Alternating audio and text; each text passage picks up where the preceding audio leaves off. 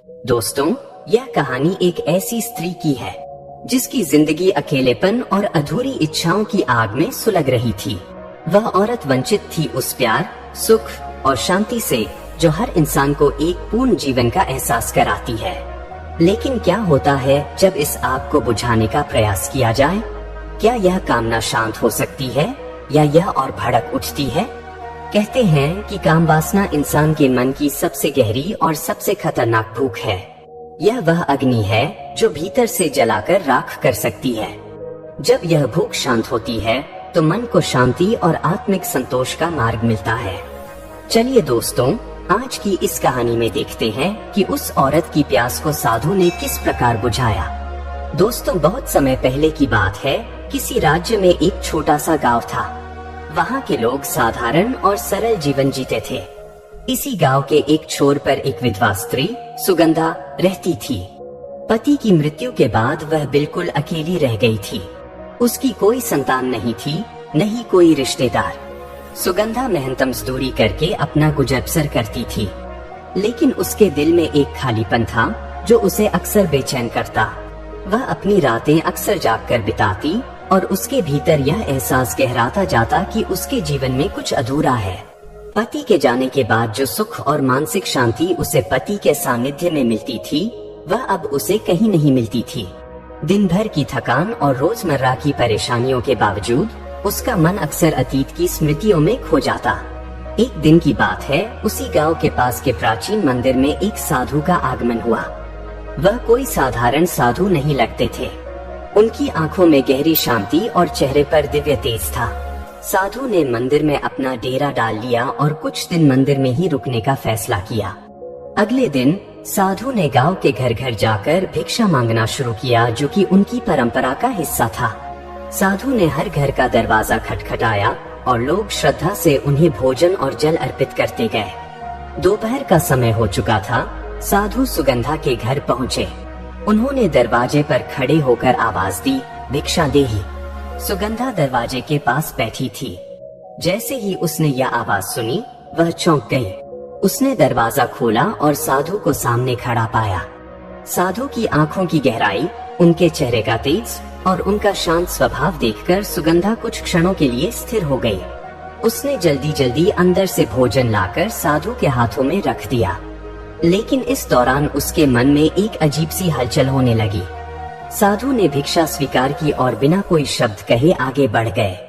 लेकिन सुगंधा के लिए यह पहली मुलाकात उसके जीवन का एक नया अध्याय बन गई। साधु का व्यक्तित्व, उनकी आंखों की शांति और उनका निर्विकार भाव उसके मन में गहराई से बस गए। उसने खुद से कहा, यह कौन है? उनकी आंखों में ऐसा क्या है जो मुझे खींच रहा है? मैं क्यों उनकी ओर इतनी आकर्षित हो रही हूँ? फिर साधु के चले जाने के बाद सुगंधा दरवाजे पर खड़ी रह गई और उनके जाते हुए कदमों को देखती रही। उनके व्यक्तित्व की गरिमा और उनकी आंखों का शून्य भाव उसे विचलित कर रहा था। उसने खुद से कहा, कैसे हो सकते हैं कोई इतने शांत और निर्विकार? क्या इनकी आंखों में कोई चाह नहीं? क्या ये भी इंसान नहीं है? सुगंधा के मन में हलचल मचने लगी। उसे ऐसा लगने लगा कि साधु के पास कुछ ऐसा है जो उसके जीवन से गायब है। वह उनकी ओर आकर्षित हो गई थी, लेकिन यह आकर्षण समझ से परे था। वह चाहकर भी अपने मन को साधु की छवि से हटा नहीं पा रही थी। उस रात सुगंधा चैन से सो न सकी। साधु की आवाज, उनका चेहरा और उनकी आंखों का भाव बार बार उसकी आंखों के सामने आ रहा था। उसने सोचा, क्या मैं उनसे फिर मिल सकती हूँ? अगर वे मेरे दरवाजे पर दोबारा आए तो क्या मैं उनसे बात कर सकूंगी? सुगंधा ने पहली बार अपने जीवन में ऐसा महसूस किया जो उसने पहले कभी नहीं किया था। वह भावनाओं के एक नए जाल में फंस गई थी। सुगंधा को लगने लगा कि साधु ही वह व्यक्ति है जो उसके जीवन के खालीपन को भर सकते हैं। लेकिन साथ ही उसे यह भी एहसास हो रहा था कि साधु के मन में उसके प्रति कोई विशेष भावना नहीं थी। उसके भीतर की बेचैनी धीरे धीरे मोह में बदलने लगी। उसने तय किया कि वह साधु से मिलकर अपने मन की प्यास को बुझाएगी।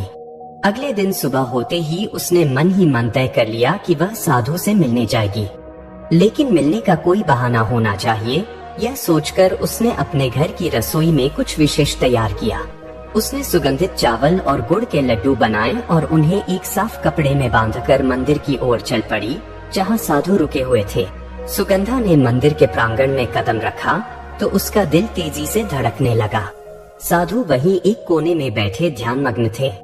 उनकी आंखें बंद थीं और उनके चेहरे पर असीम शांति थी। सुगंधा कुछ पल के लिए रुक गई, मानो वह उनकी उस अवस्था को बस देखना चाहती हो। धीरे धीरे उसने उनके पास जाकर एक छोटी सी आवाज में कहा, महाराज, यह मैंने आपके लिए लाया है, कृपया इसे स्वीकार करें। साधु ने अपनी आंखें खोली और उसकी ओर देखा। उनके चेहरे पर वही सौम्यता और निर्विकार भाव था। उन्होंने सिर झुकाकर भोजन स्वीकार कर लिया और बोले, ईश्वर तुम्हें आशीर्वाद दे। सुगंधा के लिए साधु के ये दो शब्द जैसे अमूल्य हो गए। उसने उत्सुकता से पूछा, महाराज, क्या मैं यहाँ बैठ सकती हूँ? साधु ने उसको इशारे से बैठने की अनुमति दी और FIR सुगंधा ने हल्की फुल्की बातें शुरू की। उसने पूछा, महाराज, क्या आप हमेशा से ऐसे शांत स्वभाव के रहे हैं? क्या आपको कभी गुस्सा नहीं आता? साधु ने मुस्कुराकर उत्तर दिया, गुस्सा भी एक मोह है। मैंने अपने जीवन को मोह और कामना से मुक्त करने का प्रयास किया है। सुगंधा उनकी बातों से और प्रभावित हो गई, लेकिन उसके भीतर एक अलग ही हलचल चल रही थी। वह उनके शारीरिक सौंदर्य और तेजस्वी व्यक्तित्व से विचलित थी। उसने सोचा, ये इतने शांत और आत्मनियंत्रित कैसे हो सकते हैं? क्या इन्हें मेरी सुंदरता दिखाई नहीं देती? उस दिन के बाद सुगंधा ने अपनी दिनचर्या में साधु के पास जाने को शामिल कर लिया। हर सुबह वह मंदिर के लिए कुछ न कुछ लेकर जाती, कभी फल, कभी भोजन तो कभी जल। साधु से वह सामान्य बातें करती, लेकिन उसके मन में छुपे भाव स्पष्ट थे। साधु हर बार उसकी भेंट को स्वीकार करते, लेकिन कभी भी उससे कोई अतिरिक्त बातचीत नहीं करते। उनके व्यवहार में न तो कोई विशेष लगाव था, न ही कोई विचलन। सुगंधा को यह देखकर हैरानी होने लगी। उसने खुद से कहा, साधु मुझे देखकर भी अडोल रहते हैं, ऐसा कैसे हो सकता है? मैं तो उनके लिए इतनी कोशिश कर रही हूँ, क्या वे मेरे आकर्षण को महसूस नहीं कर रहे? सुगंधा के मन में साधु के प्रति लगाव गहराने लगा। उसने सोचा कि साधु को अपनी ओर आकर्षित करने के लिए उसे और प्रयास करने होंगे। उसने एक दिन साधु से पूछ ही लिया, महाराज, आप मुझसे इतनी दूर क्यों रहते हैं? क्या मैं आपकी सेवा की योग्य नहीं? महाराज, मैं आपसे कुछ पूछना चाहती हूँ, कृपया बुरा मत मानिए। साधु ने कहा, पूछो, आपको क्या पूछना है? सुगंधा ने थोड़ा शर्माते हुए मधुर आवाज से कहा, मैं आपसे आकर्षित हूँ। आपके चेहरे की शांति और आपकी आंखों की गहराई ने मुझे बेचैन कर दिया है। साधु ने उसकी बातों को बिना विचलित हुए सुना। उन्होंने कहा, माँ, यह मोह और आकर्षण का जाल है। यह केवल मन की एक अवस्था है जो समय के साथ बदल जाती है। इसे समझो और इससे मुक्त हो जाओ। सुगंधा को उनके शब्दों से झटका लगा, लेकिन उसने ठान लिया कि वह साधु को अपनी ओर आकर्षित करने के लिए और प्रयास करेगी। उसने सोचा, कोई भी व्यक्ति पूरी तरह से निर्विकार नहीं हो सकता। साधु भी इंसान है, मैं उन्हें यह बात महसूस करवा कर रहूंगी। सुगंधा का मोह अब उसे साधु की ओर खींचता जा रहा था। सुगंधा ने साधु के पास अपनी भावनाओं को खुलकर व्यक्त कर दिया था। उसने अपने मन के भीतर पल रहे मोह और आकर्षण को उनके सामने उजागर कर दिया। सुगंधा का स्वर कांप रहा था। उसने पूछा, महाराज, मैं आपको पसंद करती हूँ। आपके पास आने पर मुझे ऐसा लगता है जैसे मेरे जीवन की खाली जगह भर सकती है। मैं एक वंचित स्त्री हूँ, लेकिन आप मेरे भावों को क्यों नहीं समझते? क्या कामना और आकर्षण से कोई मुक्त हो सकता है? यह तो जीवन का हिस्सा है, संसार का आधार है। आप कैसे इतने शांत और निर्विकार रह सकते हैं? सुगंधा की आंखों में आंसू थे और उसकी आवाज में बेचैनी। उसने अपने जीवन के अकेलेपन को साधु के सामने खोलकर रख दिया था। साधु ने उसकी बात पूरी होने दी। वे कुछ देर तक मौन रहे। उनका यह मौन सुगंधा के भीतर और बेचैनी पैदा कर रहा था। फिर साधु ने शांत स्वर में कहा, माँ, कामना और आकर्षण स्वाभाविक हैं, लेकिन इन्हें सही दिशा में ले जाना ही जीवन का वास्तविक उद्देश्य है। यह संसार मोह, माया और इच्छाओं का जाल है। तुम इनसे बाहर निकलने की कोशिश क्यों नहीं करती? सुगंधा ने घबराकर कहा, लेकिन महाराज, क्या यह मुमकिन है? क्या कोई अपनी इच्छाओं को पूरी तरह त्याग सकता है? आप भी तो एक मनुष्य हैं। क्या आपके भीतर कोई कामना नहीं? साधु मुस्कुराए। उनकी मुस्कान में दया थी, कोई आक्रोश नहीं। उन्होंने कहा, यह सत्य है कि मैं भी कभी तुम्हारी तरह संसार के मोह में बंधा था और अपनी इच्छाओं के बंधन में था। लेकिन मैंने उन इच्छाओं के स्वभाव को समझा। कामना जल की तरह है, जो उचित पात्र में हो तो जीवन देती है और बह जाए तो बाढ़ का कारण बनती है। इसे नियंत्रित करना ही शांति की कुंजी है। सुगंधा अब और अधिक असमंजस में थी। उसने कहा, आप कहते हैं कि इच्छाओं से शांति भंग होती है, लेकिन क्या जीवन बिना कामना और मोह के संभव है? यदि सब इसे छोड़ दें, तो यह संसार कैसे चलेगा? साधु ने उसे ध्यान से देखा और बोले, संसार का चलना तुम्हारे या मेरे त्याग पर निर्भर नहीं है। यह तो सृष्टि का स्वभाव है। लेकिन आत्मा का शांति पाना केवल तुम्हारे अपने प्रयास पर निर्भर है।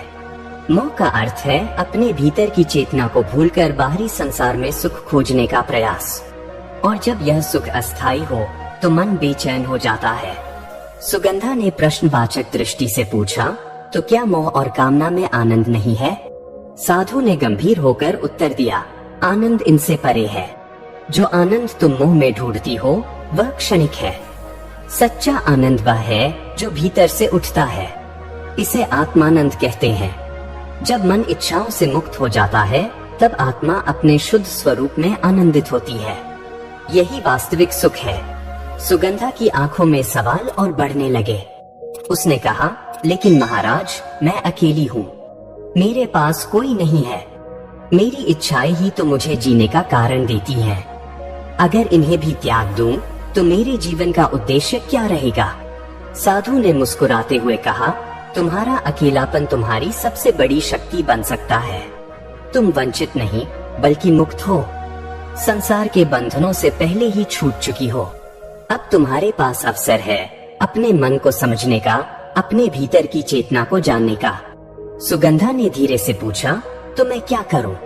साधु ने उत्तर दिया, तुम अपने मन को मोह से ऊपर उठाओ। अपने भीतर के शुद्ध आनंद को पहचानो। जीवन का उद्देश्य दूसरों के प्रति करुणा और प्रेम दिखाना है, न कि मोह और वासना में उलझना। यदि तुम्हें आत्मा का यह सत्य समझ में आ गया, तो तुम्हारा अकेलापन तुम्हारे लिए आशीर्वाद बन जाएगा। सुगंधा को साधु के शब्द धीरे धीरे समझ आने लगे। उसने महसूस किया कि वह अपने भीतर की रिक्तता को भरने के लिए बाहरी सुख की तलाश कर रही थी। लेकिन साधु ने उसे यह सिखाया कि सच्चा सुख बाहरी नहीं, आंतरिक है। उसके मन में उठ रही वासना और मोह की गंदगी अब साफ होने लगी। उसे पहली बार अपने जीवन के अकेलेपन में शांति का आभास हुआ। उसने साधु के चरणों में गिरकर कहा, महाराज, आपने मेरी आंखें खोल दी। मैं अब समझ गई कि जो मैं खोज रही थी वह मेरे भीतर ही था। मैं इसे पहले क्यों नहीं देख पाई? साधु ने उसे आशीर्वाद दिया और कहा, मन का अज्ञान ही अंधकार है। अब जब यह ज्ञान का प्रकाश पा चुका है, तो इसे स्थिर रखने का प्रयास करो। यही तुम्हारा तप और यही तुम्हारा सच्चा जीवन है। दोस्तों, सुगंधा का मोह अब समाप्त हो चुका था। साधु ने उसे उसकी आत्मा का सच्चा मार्ग दिखाया। वह अब एक नई दृष्टि और शांति के साथ अपने जीवन को जीने के लिए तैयार थी। दोस्तों, यह कहानी न केवल मोह और वासना से मुक्त होने की प्रेरणा देती है, बल्कि यह भी सिखाती है कि सच्चा आनंद आत्मा के भीतर है, न कि बाहरी संसार में। दोस्तों, यह थी आज की कहानी, एक ऐसी यात्रा जो हमें मोह, कामना और आत्मिक शांति के बीच का फर्क